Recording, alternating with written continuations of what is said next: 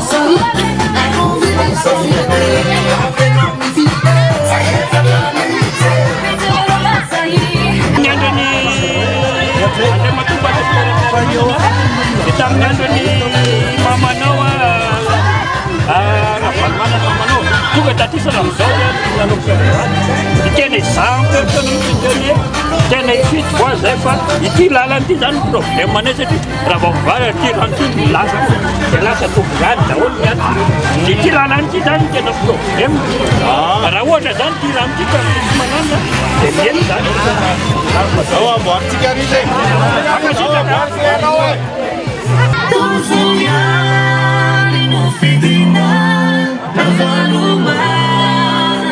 Sike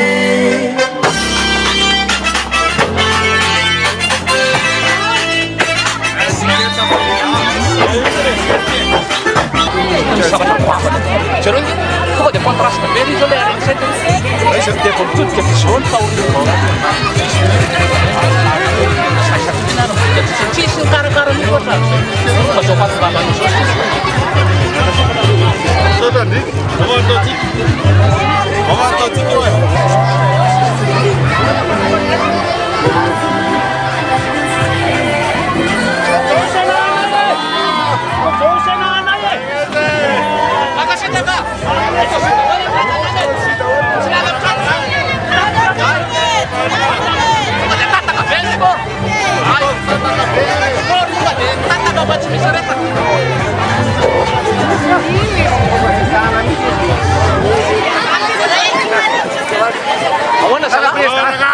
Problema marami na zao eta tanana tena ratsy mihitsy etanay zay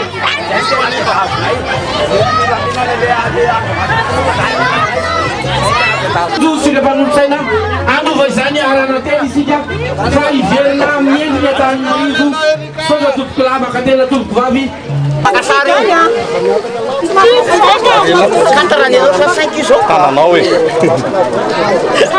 tananay io Sotrana voalohany aloha dia misaotra n'Andriamanitra lehibe fa tonga ety amin'ny faritra mampalahelo kely aloha sady tena jaly mihitsy zany le voalohany aloha zao hitanao maso ny pompe ray zao efa mambolana maromaro ty ihany ny pompe eto amin'ny andrefa mananjara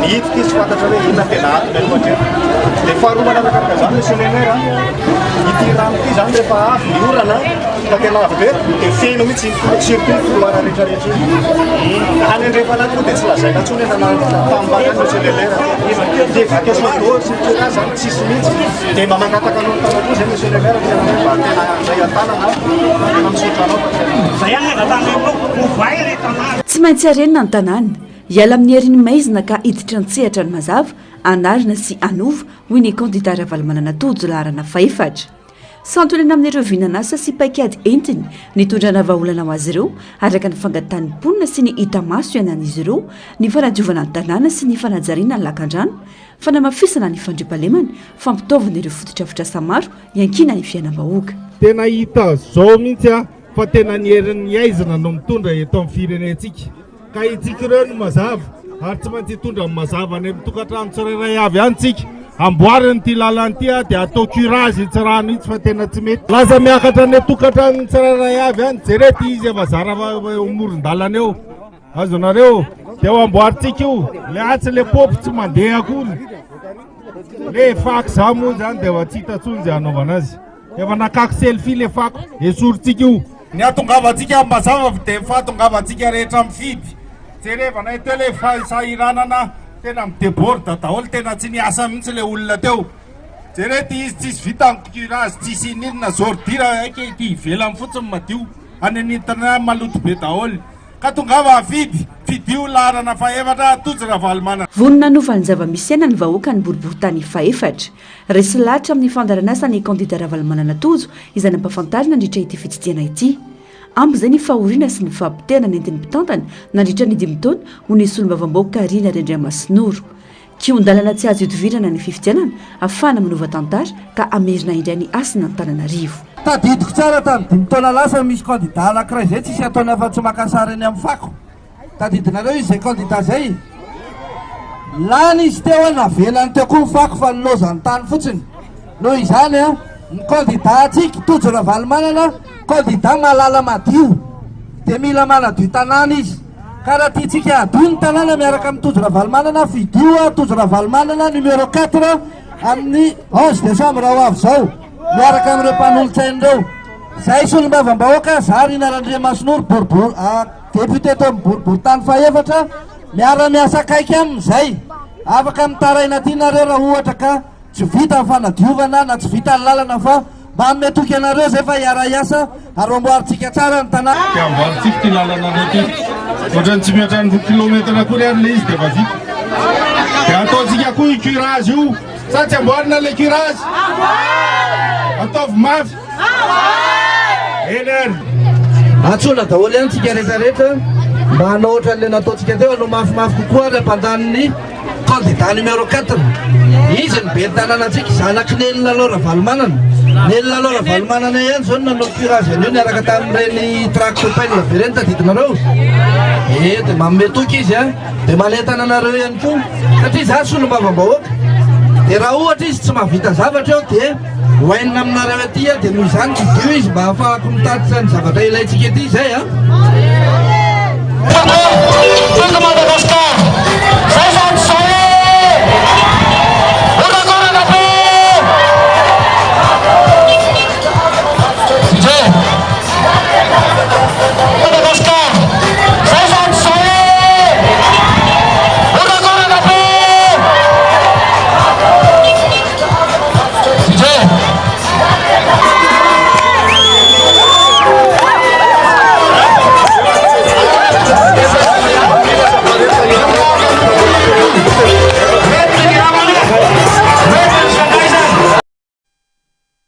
Ponina anjato ny ao anatin'ireo fokontany Madera, Mandrangombato sy ny hafa mandrafitra ny boriboritany faefatra no ny sitraka fanisorana nify, fitsaboana sy fanafody mamaimpo avy amin'ny candidat Ravalomanana Tojo androany. Aina ny fahasalamana ka izay no anaovana azy ho laharam-pahamehana ho ny candidat lalana faefatra, tsy ho an'ny boriboritany faefatra ihany fa ho an'ny ponina Antananarivo renivohitra rehetra amin'ny alalan'ireo vinanasa efa nifaritany candidat Ravalomanana Tojo fa afaka sy azo tanteraina tsara ho tombotsoan'ny ponina. Fanampanazavana. Sahirana ara-pivelomana avokoa ny 800 ponina mandrafitra ny boriboritany faefatra. Voasokajy ho isan'ireo faritra iva anka miaina anaty fiainana tsy zarizary na izany arakolona na ara-potidrafitrasa. Miaina ny vokadratin'izany ireo ponina, indrindra rehefa fotoam-pahavaratra toy ny loto, ny rano miakatra sy ny rano miandrona ka mahatonga ireo fokontany maro ao an-toerana mety ho kamolona kanefa eto andrenivohitra. Manoloana ny loto dia mirongatra ireo aretina samihafa kanefa na ny vola enti miatrika izany azy manahirana ny isan-tokantrano.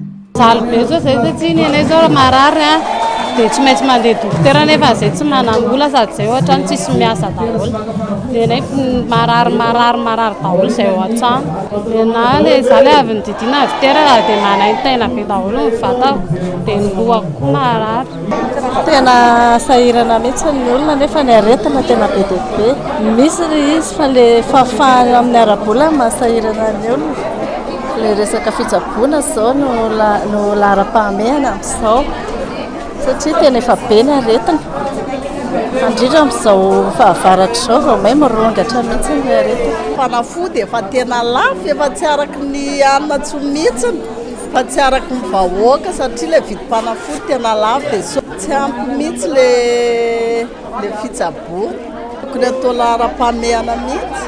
Sarobidy ny fahasalamana. Tsy mitaza-potsiny izany fahavoazana miatra amin'ny mpiarabelona amin'izany ny tiako Madagasikara fa manakaiky vahoaka ary manala fasahirana anazy ireo amin'ny alalan'ny hetsika fitsaboana maimaim-pona tariny candidat Ravalomanana Tojo.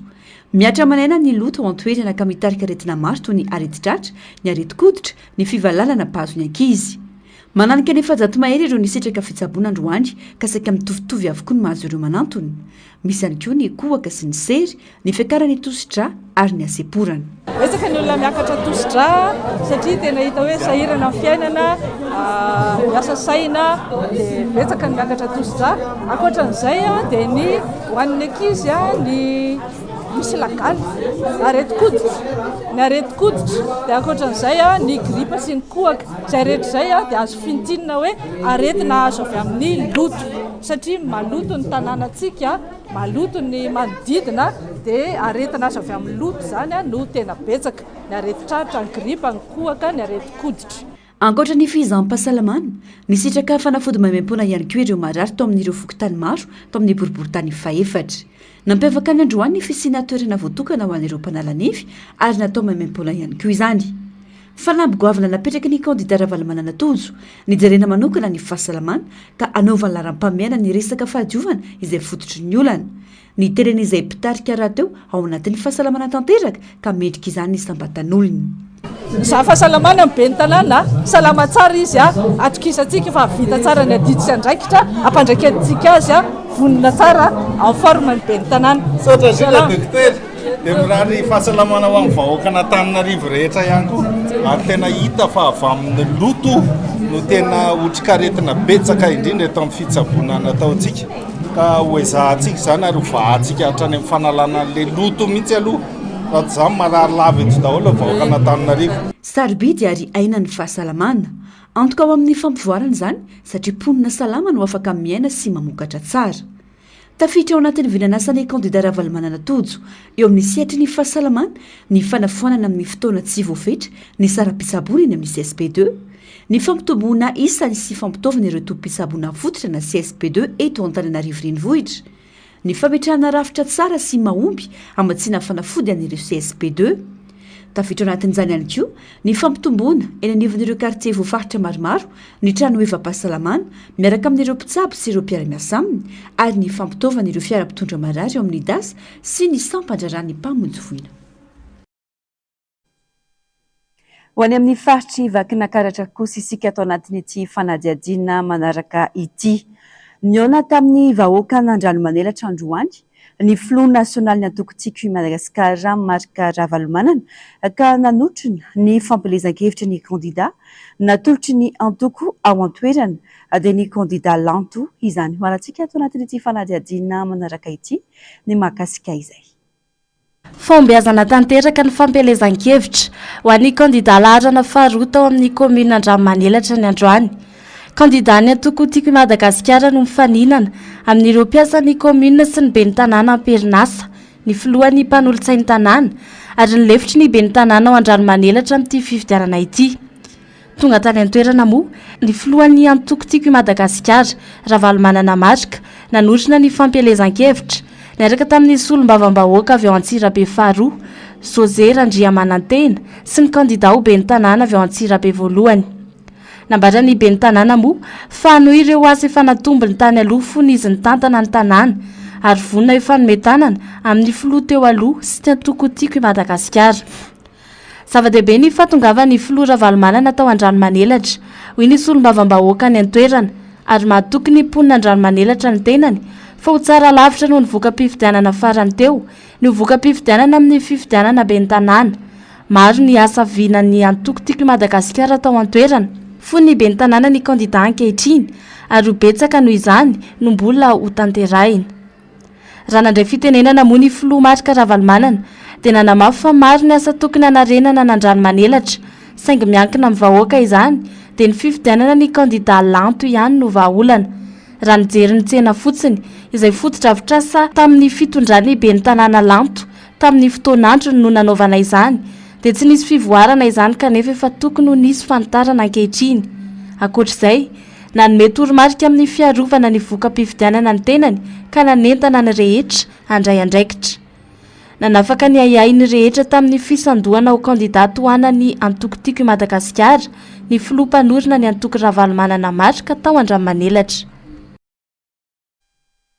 Fa tsy antenaina amany olam-bahoaka ny fitondrana mijoro ankehitriny raha ny zava-misy ainana hoy ny RMDM androany manova ny mety. Mila olom-pirenena tompon'andraikitra no ahafahana miala amin'izy io ka mitondra ny mpitondra.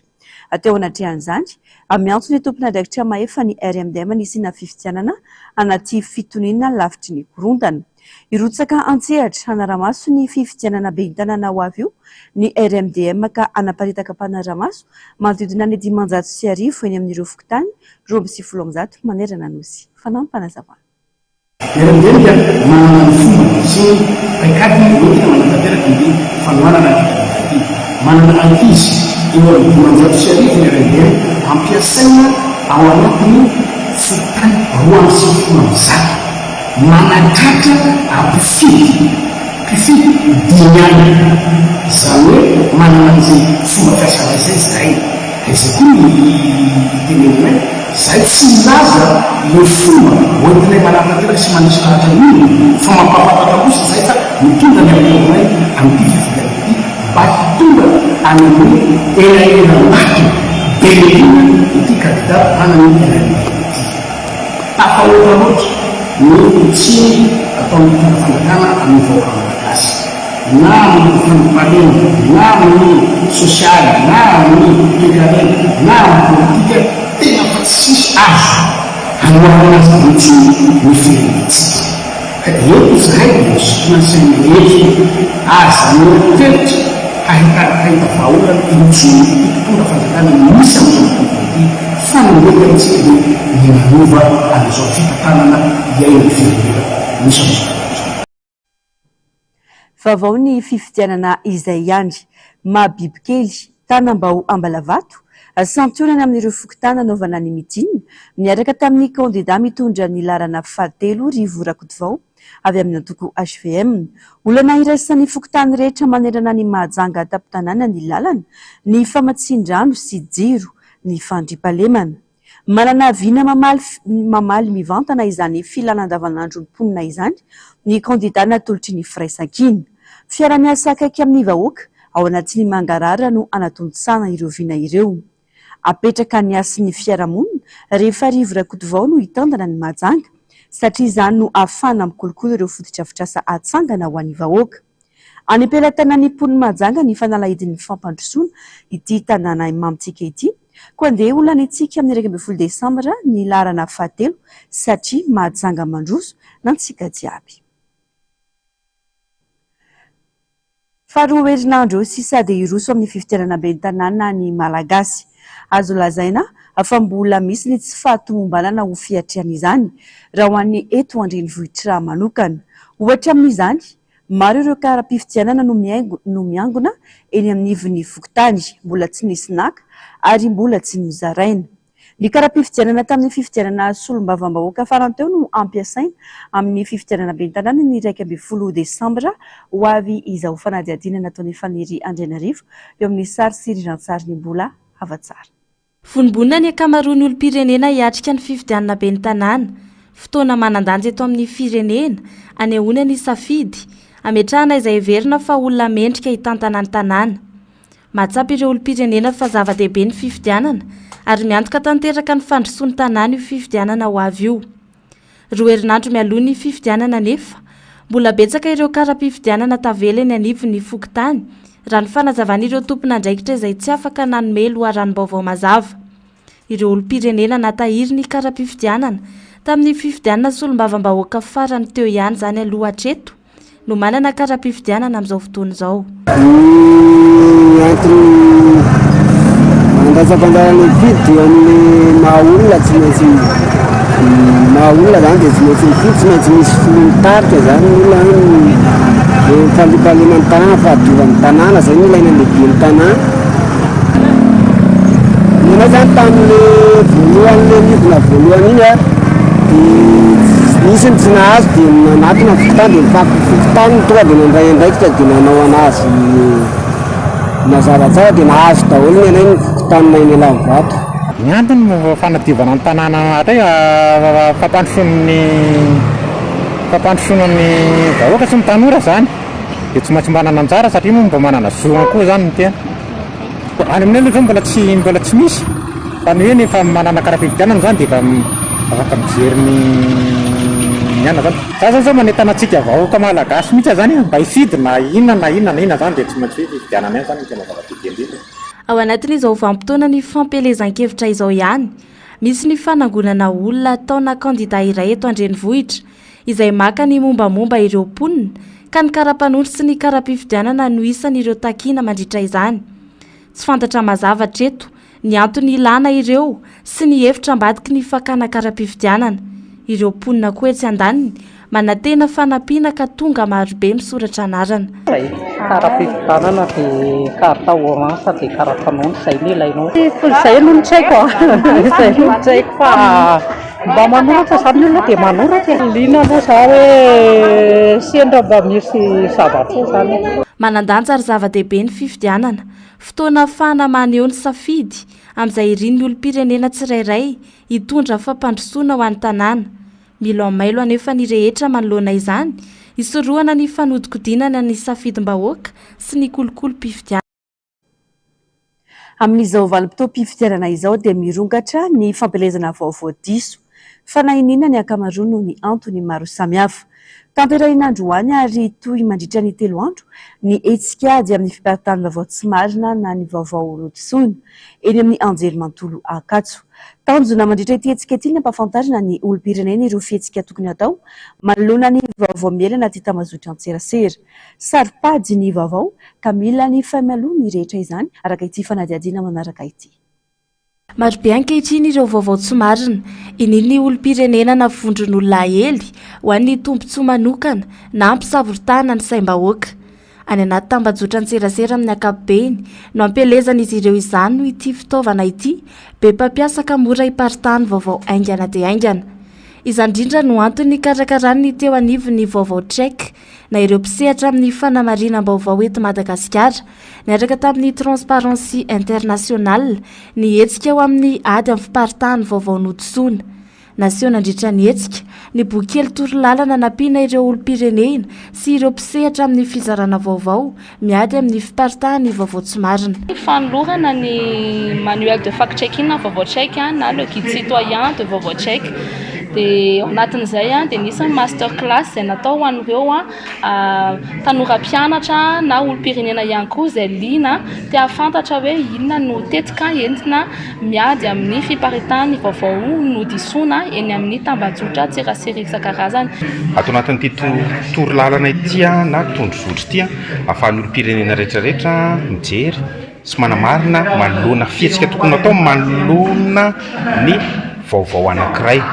Misy ny atao hoe vaovao nodisoana izay ataontsika hoe mety misy akony ratsy eo anivon'ny fiarahamonina sy eo anivon'ny adi-hevitra politika rehetrarehetra. Dia izay zany ny anisan'ny teboka raingeza be ato anatin'ity tondrozotra ity na torolalana ity. Manohitohina ny demokrasia sy ny filaminam-bahoaka ny vaovao tsy marina miela ny anivon'ny fiarahamonina. Tompon'antoka sy manana andraikitra ny rehetra amin'ny ady amin'ny fiparitahana izany. Tsy ireo mpanao gazety ihany fa ny olom-pirenena tsy ankanavaka. Ireo mizara vaovao dia manana andraikitra avokoa indrindra amin'izao vanim-potoana mialoha ny fifidianana izao. Ataontsika hoe ny fandraisana andraikitra n'ireo ataontsika hoe candidat aloha voalohany indrindra ny ekipan'ny candidat ny olom-pirenena ihany koa dia indrindra ny mpanao gazety satria tsika rehetrarehetra dia mitovy daholo manoloana ny vaovao anankiray ary indrindra vaovao io matetika fitaovana ihany koa io dia izay tsy maintsy hoe mila mailo isika mila mailo indrindra fa ny olom-pirenena izay natsoina hifidy raha ampitso ary indrindra ihany koa ilay ataontsika hoe ireo manodidina an'ireo candidat ireo ary fanentanana moa izany ilay izy hoe ny fampiasana vaovao amin'ny tsy tokony ho izy dia manimba ny demokrasia izany. Dia izay ihany moa izany vaindohan-draharaha sy ny vaindohan'ny hafatra hoentin'ny vaovao check manoloana indrindra amin'izao vanim-potoana ny fampelezan-kevitra sy vanim-potoana ny fifidianana izao. Maha olom-pirenena anao dia ny miato ianao mijery miezaka manakatra sy mamantatra hoe tokony ho marina ve sa nodisoana ity vaovao anankiray ity. Nanomboka androany 7 Novambra ary tsy farana raha tsy ny 7 Novambra ho avy izao ny hetsika hiadiana amin'ny fiparitahany vaovao tsy marina ho an'ny olon-drehetra ny hetsika na ireo mpianatra na ny olom-pirenena liana amin'ny tetika azy hiadiana amin'ny fiparitahany vaovao nodisoana any anaty tambazotra an-tserasera. Pejiny sosialy kosa indray iray volana Merikely sisa dia hifarana ny taona 2024. Miady amin'ny fiainana trano ny ankamaroan'ny malagasy ny arapaka ny tadiavina rampitso ary ny ampitso mbola tsy fantatra. Miteraka ayay ho an'ny malagasy araka izany tsy fijeren'ny tompon'andraikitra ara-panjakana ireo lohalarana ho an'ny malagasy toy ny fampidinana ny vidim-piainana. Sitraka ratovina Mitso, Mateo Presi. Mbola baraingo ny mety ho vahaolana hialan'ny malagasy ao anatin'izao fahatrana lalina iainana ankehitriny izao. Marina fa lanja miakatra trano ny fiainana saingy ny zava-misy iainana eto Madagasikara kosa efa tena mihoatra. Lasibatry ny fiakarana avokoa na ny vidim-bary na ny legioma na ireo entana maro ilaina andavanandro. Maro amin'ireo mpanao asa tena ankehitriny no sahirana ny amin'ny fitadiavana izay eo arotsaka isan'andro noho ny fidanganan'ny vidin-javatra eny an-tsena. Tena lafo. Tena mijalitsika malagasy vidim-bary reo hitanao fa 5,000 ny kapoaka tsy zakatsika malagasy tsony zany ny fiainana tena marina ao amin'ilay mpitondrantsika ty tena be azonao tsy mitindra ny sosialim-bahoaka azonao raha ny tena marina nge mitondrantsika tokony sosialim-bahoaka mihitsy hono mamay azy aloha any ny PPN aloha voalohany indrindra azonao tamin'ity taonty aloha ny tena niakatra ny vidim-piainana ny PPN rehetrarehetra. Matetika zany vidy mnonona mihitsy ohatran'ny le mpivatatry ny kely maka be nefa le vidin-delangalana azy toa to dia vetivety miakatra ohatra zao teolokely misy avy kely zao nirana ny ray andro a raha ovy alainy tony zao ohatra raha nalainao sa 500 dia ny bitiny to dia lasa 700. Teo nanomboka teo amin'ny 2 taona teo zao zany fatapaka zao a renim-pianakaviana roa zanako vao tamin'izay vao nitokantrano 5 taona zay nitokananay trano dia teo vao nitokantrano zay mbola efa 100 ankapoka ny vidim-bany eo zay ohatra efa 3 taona zany zay miakatra teo dia valin-draha dia efa 700 dia zay varinay zao a amin'ilay 5000 zany zao vary fihinananay dia nefa nietreta tsy maintsy lasa hoe anina nefa le vary sasany misy zakany le sasakely toa dia mankidy dia zazakely vao mihinana le vary hafa. Mampanany ankamaroany malagasy koa ny fiatriana ny taona ho avy noho ny fiainam-bahoaka mihamafy hatrany ka mila tsy ho zakany maro anisa intsony. Ny fijerenany vidim-piainana no tokony ho lara-pahamehan'ireo mpitondra fanjakana indrindra amin'izao vanim-potoana hidirana amin'ny fahavaratra sy ny maintsoahatra izao. Raha amin'ny taona ho avy olo raha zao mbola zao mitonga raha zao vidim-piainantsika zao mbola hainantsika tsy vitantsika intsony, tena tsy vitantsika intsony, tena mafy. Fitadiavam-bola nge amin'izao raha ohatra mpiasa tena zao za miasa tena ny teneniko anareo fa tsy mahita tena hoe taloha mety nahita hoe 50 000 fa zao no raha mahita 15 000 20 000 amin'ny mpiasa tena. Fanaterana ny tompona ndraiky tsy dia zao zany amin'ny filoham-pirenena, amin'ny filoham-pirenena ny tokony hijereny PPN voalohany indrindra aloha vahoaka malagasy ny tokony hijerena. Dia mba izay vidin'entana mba hoe azo tena ampiasaina eo amin'ny menaka zao lasa miakatra, ny siramamy, kafe, ny rehefa kojakoja ampiasaina ao an-tokantrano ao amin'ny dakozia zany tena samy miakatra daholo ny sakafo zareo. Samy ny anana zao a diman-draha dia efa kely be ny vidiny nefa hanana diman-draha zany lasa tsy ampy zany. Teo aloha zao ampy tandritra ariva ny hanana diman-draha zao a tsy ampy raha 5 000. Raha ny tarehimarika voaray hatrany dia vinavinaina eo amin'ny 4.2 isan-jato ny fiakarana harem-pirenena ho an'ity taona 2024 ity ary mety hiakatra 4.1 isan-jato izany ny taona 2024. Pejiny fitaterana, fitaovam-pitaterana be mpampiasa eto andrenivohitra satria manamora ny fifamezivezena ny fiara fitateram-bahoaka na ny bus. Tsy latsaky ny 20% ireo zotra-pitaterana eto. Antapitrisan'ireo malagasy no manjifa ny tolotra izy ireo na dia marobe aza ny lesoka hita mahakasika ny fifanariseran'ny mpandeha, indrindra ihany koa ny ara-pitaovana ampiasaina amin'izany fitaterana izany. Fanadadiny eo amin'ny sariny Mathieu Prince. Iray amin'ireo fitaovam-pitaterana be mpampiasa indrindra raha eto andrenivohitra ny fiara fitateram-bahoaka na ny bus. Manodidina ny enin'alina raha kely ireo fiara fitateram-bahoaka ireo noho ny fahamoran'ny saram-pandehanana kokoa raha ampitahainany amin'ireo fitaovam-pitaterana hafa no mametraka azy ho be mpampiasa indrindra eto ariva ankehitriny. Lesoka hita-taratra eny amin'ny fiara be fitateram-bahoaka nefa ny fararotana sy ny tsy fanajana ireo mpandeha ary indrindra ny tsy fanajana ny fitsipika petraka amin'ny mahafiara fitateram-bahoaka azy ireo. Ao anatin'izany ohatra ny faharatsian'ny fitaovana anatiny na ivelan'ny fiara, eo ihany koa ny fihodinana an-dalana izay tena mampikaikaiky ny mponina. Raha mandeha bus eo no ny fitaterana manahirana amin'ny maray ary tsy maharaka mihitsy na mody indrindra zao fahavara zao. Dia mahatonga an'izay koa ao anatin'ilay fitaterana koa matetika le receveur tsy manaja le mpitondra mihitsy. Ary rehefa mitahaka ianao famerim-bola kay maka an'ilay vola iny, rehefa maka le famerim-bola na tsy hita. Zaho vao tamin'ny oviana 2 alina ameko azy adiniko le tsy mena le famerim-bola lasa ny tany. Izay manahirana an'le tsisy fifanajana koa amin'ny terminus milatsa dia milatsa fa zay be sandry any tsisy fanajana ray aman-dreny intsony amin'izao fotoana. Ny tômôbily efa misy aloha tena tsara fa misy efa tokony tsy asa intsony. Ohatra mifanenjika fotsiny dia manjary mandeha amin'ilay tokony lera fandehana dia mampijaly an'ilay mpandeha. Misy anankiroa zao tia mifanenjika fotsiny malalaka be nefa ny tokony hijanona fa tsy haiko hoe inona mampandeha azy mifanenjika fotsiny any.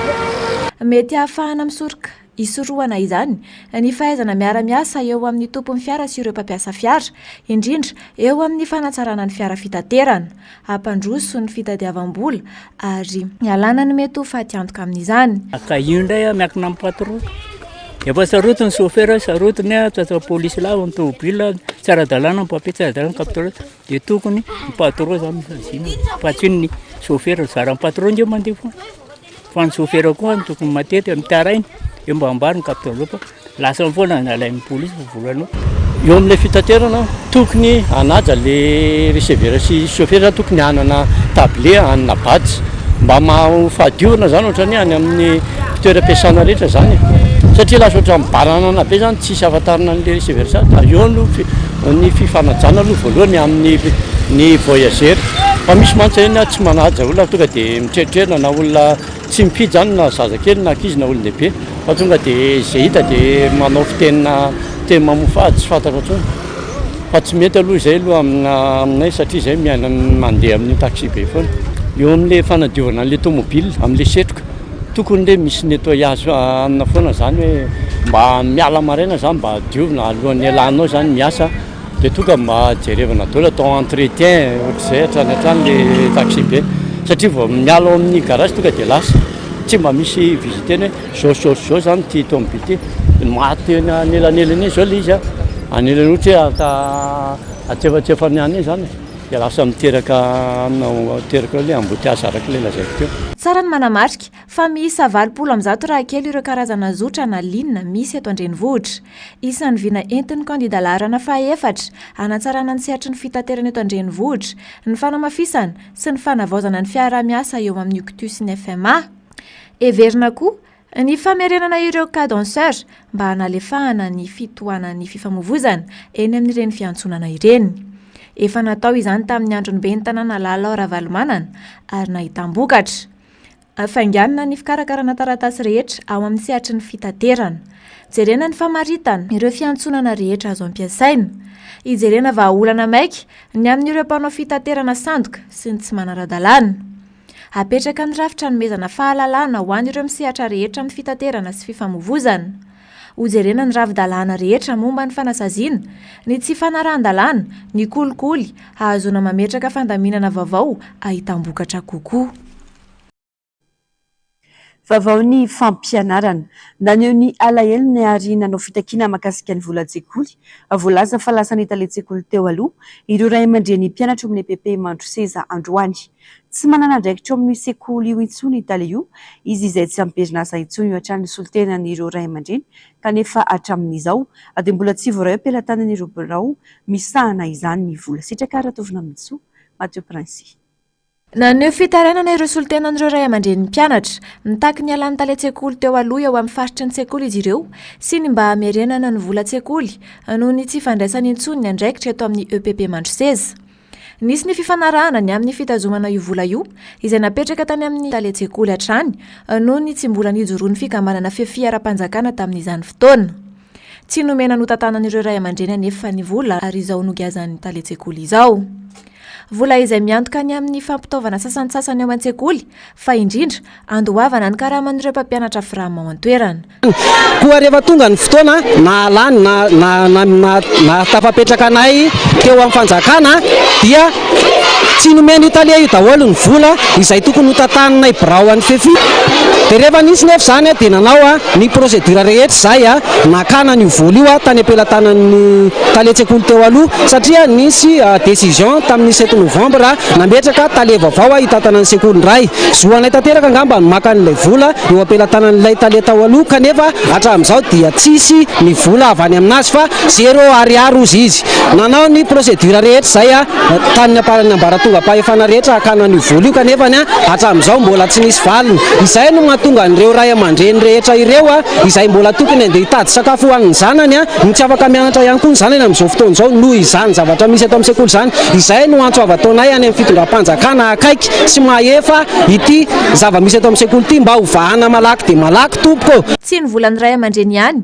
no nogejain'ity talen-tsekoly teo aloha ity any aminy fa mbola maro ny vola fanampiana mbola taraiky any amin'ny olo-panjakana io ho ny solitenan'ny ray aman-dreny volan'ny ray aman-dreny mpianatra io izao ny fandehany atao amin'ny sekoly misy mpampianatra frama dia mpampianatra karamainy ny ray aman-dreny mpianatra raika amby folo ny isan'ny ray aman-dreny ny frama eto amin'ny sekoly ny EPP nakana vola daholo ireo ray aman-dreny rehetrarehetra ireo mba ahafahany zanaka malagasy hianatra anaramana ireo mpampianatra ireo kanefa rehefa nandeha le fotoana dia atao an'izao atao akilabao le mpampianatra tsy omena karama ray volana tompoko ny voazon'ireo mpampianatra ireo hatramin'izao ary tsy voa tamin'ity taona ity zany no nisy fa nanomboka tamin'ny taona 2024 no hatreto amin'ny 2024 année scolaire 2024 2024-2025 fa izay no antony fitakinay mba isin'ny filaminana eto amin'ny sekoly mba ahafahany zana-bahoaka mianatra mba tsy isin'ny raha matahora amin'ny mpampianatra intsony satria zany mandeha eto amin'ny sekoly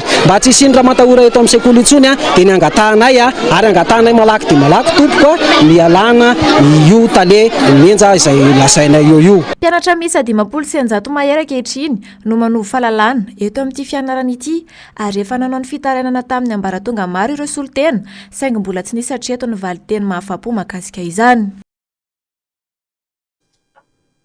Vaovao ny kolotsaina kosa indray manasongadina ny literatiora ambava iresany États-Unis sy Madagasikara ny fivaniana ny Mark Kelly Smith eto Madagasikara izay ampiseho ihany koa ny mahazava-dehibe ny zavakanto eo amin'ny fifanajana sy ny fifankazahoan'ny firenena roa-tonta. Matokony sy ny fiantraika miabo entiny ny fitsidihan'ny Mark Kelly Smith ao amin'ny fampiroboroboana ny taranja slam poésie eto Madagasikara ny masovo amerikanina. Ho avy eto Madagasikara i Mark Kelly Smith ray mpanorona ny hetsika slam poésie maneran-tany anatrika ny andian'ny faha 5 amin'ny hetsika slam nasional izay tanterahina ny 27 novambra hatramin'ny 7 desambra. Itsidika sekoly sy hanao fampisehoana miaraka amin'ny mpanakanto malagasy ary hitarika atrikasa ao amin'ny mpianatra eny amin'ny lycée sy université eto Antananarivo i Mark Smith mandritra ny fitsidihany. Tanjon'izany hetsika maro atao izany ampisongadany anakanto ny slam poésie sy ny afatra mafonja voiziny izay entiny ihany koa namafisana ny fifanakalozana ara-kolotsaina sy anohanana ny faneho-kevitra amin'ny alalan'ny zavakanto. Nampiroborobo ny slam poésie Mark Smith tamin'ny alalan'ny fanomezana sehatra ireo poeta izaran'izy ireo ny fihetsi-pony sy ny tantarany amin'ny alalan'ny teny ambava. Ny fomba fiasany entiny dia nampiainga ny aingam-panahin'ny mpanakanto maro maneran-tany ary nametraka ny slam poésie fanila toerana amin'ireo karazana tononkalo amin'ny endriny hafa. Mamioditra amin'ireo mpiangaly sy mpankafy poésie Mark Smith no ny finiavany manohana ny asa famoronana sy ireo fampisehoana miavaka ataony. Fa iverenantsika vetivetika ny vaovao manodidina ny fifidianana ato anatin'ity fanadihadiana ity. Mitohy ny fampahafantarana ny kandidata Ravalomanana Toto sy ny vina ho tanterahiny anarenana sy tondrana fanovana eto Antananarivo. Horantsika ny zava-misy teny amin'ny boriboritany fahina androany.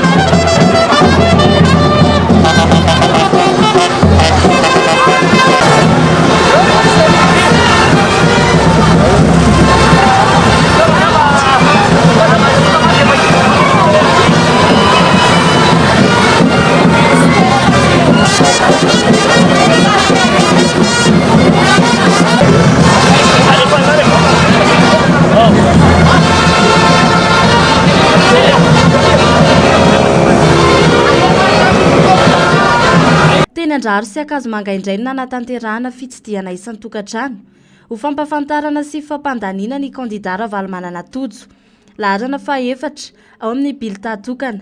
Ny solombavam-bahoaka Toto Soa Andriamampandry sy ireo kandidata mpanolontsaina no nitarika izany. Resy lahitra ireo mponina fa mila fanovana sy fanantenana ka hifidy ny laharana faha-4 ao anaty bilita tokana amin'ny fifidianana ben'ny tanàna ny 12 Desambra ho avy izao. Betsaka ireo vina izay tsy maintsy tanterahana amin'ny fampandrosoana ny tanàna n'Antananarivo izay latsaka anaty lavaka tanteraka. Ny fandraisana lahatra moa zany dia efa hitantsika angamba fa ao anatin'ny fizarana folahersa dia efa misy ny vinanasan'ny kandidata Ravalomanana Toto ka dia ao anatin'izany no entina mandresy lahatra ny olona ary koa entamina ny amin'ny tsy fanjariana rehetra sy ny olana maro samihafa eto amin'ny firenena izay ahafahantsika manantena fiovana sy fanantenana mba ho any amin'ny fiainana tsaratsara kokoa tahaka ny hoe Antananarivo fena zavana fa tsy ny aizy lalava nandraka ny jiro tapaka ny rano tapaka ary ny hatramin'ny any am-paosy izay efa tapaka ka dia reny rehetrarehetra reny zany entina manentana ny vahoaka mba hitondra fanovana ho fiainam-baovao indray miaraka amin'ny Ravalomanana Totso. Fokontany iraika amin'ny telopolo amin'ny boriboritany fahenina no efa notetezina nandresena lahatra ireo mponina fa mpandaniana ny Ravalomanana Totso. Itoy eny amin'ny fokontany Andranomena sy Ambatolampy indray ny fitsidihan isan'ny tokantrano ataon'izy ireo Rampitso. Amaranana ny fampahalalam-baovao ny maresaka avy any ivelany. Anokatra fanadihadiana lalina ny firenena mikambana taorian'ny fampiangana goavana natefa tamina mpikambana tao aminy araka ny vaovao navoaka ny masivom-baovao Amerikana iray izay milaza fa misy mpiasan'ny ONU misy sanany fanampiana maha-olona sy miaramila aotrada ho nanao fanararaotana ranofo amin'ireo mpifindra monina avokatry ny ady any an-toerana. Miantso ireo rehetra manam-baovao makasika izany firenena mikambana izara izany hanafanganana ny fanadihadiana. Sary sy rindran-tsary eo amin'ny Euronews. Voaroroy amin'ny resaka fanararaotana aranofo amin'ireo mpifindra monina ny mpiasan'ny firenena mikambana misana ny fanampiana maha-olona ho tradra ny vaovao. Voapanga manao izany fihetsika mamoafady izany ihany koa ireo miaramila shadianina raha ny tatitra nataon'ny mpitsoponenana Sudanese izay avy amin'ireo firenena miaro mitsokady. Raha ny vaovao volana entana ilaina amin'ny andavanandro no takalo ny fanararaotana io. Naneho ny atezerany ny firenena mikambana tao anatin'ny tatitra nataony ary nanatitra antitra fa mitako fepetra aingana sy entitra ny zavamisy. Tsy maintsy fantatra ary tsy maintsy saziana ireo tompon'antoka amin'ny tera raitira ny fanamafisan'izy ireo. Ampolon'ireo niarambona no nijoro vavolombelona fa tsy nitonana ary natao trada no nitahotry ny valifaty raha ny vaovao ihany. Miantso ireo rehetra manam-baovao makasika ity tranga ity araka izany firenena mikambana izary izany hanafanganana ny fanadihadiana. Tapitra ny fampahalalam-baovao tombo-kilasy tongovavy magasitraka fiainanao nanaraka izany hatramin'ny farany teraka mametraka ny veloma mandrapitafa ho amin'ny Rampitso indray. Veloma tompo.